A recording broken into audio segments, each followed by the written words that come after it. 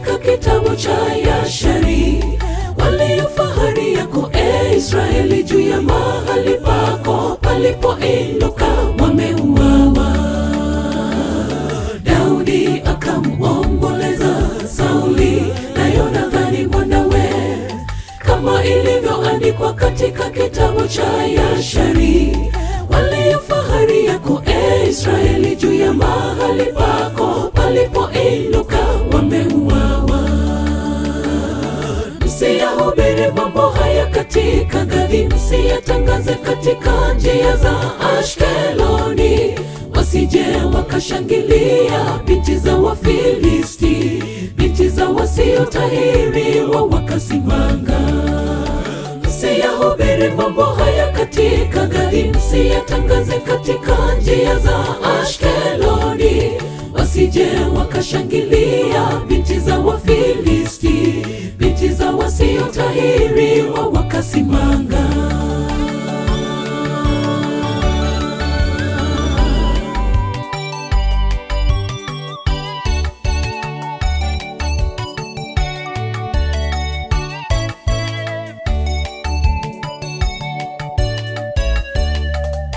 Enyi milima ya Gilboa, visiwepo juu yenu umande wala mvua, wala mashamba ya matoleo.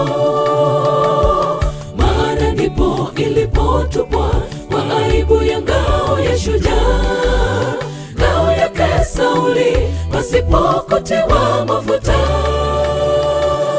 Enyi milima ya Gilboa, visiwepo juu yenu umande wala mvua, wala mashamba ya matoleo.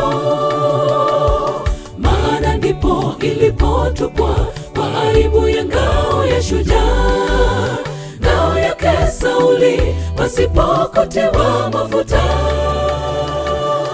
Msiyahubiri mambo haya katika Gathi, msiyatangaze katika njia za Ashkeloni, wasije wakashangilia binti za Wafilisti, binti za wasiotahiriwa wakasimanga. Msiyahubiri mambo haya katika Gathi, msiyatangaze katika njia za Ashkeloni, wasije wakashangilia binti za Wafilisti, binti za wasiotahiriwa wakasimanga.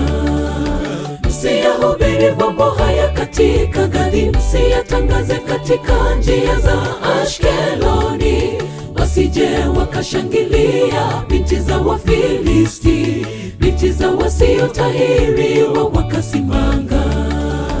Msiyahubiri mambo haya katika Gathi, msiyatangaze katika njia za Ashkeloni, wasije wakashangilia binti za Wafilisti, binti za wasiotahiriwa wakasimanga.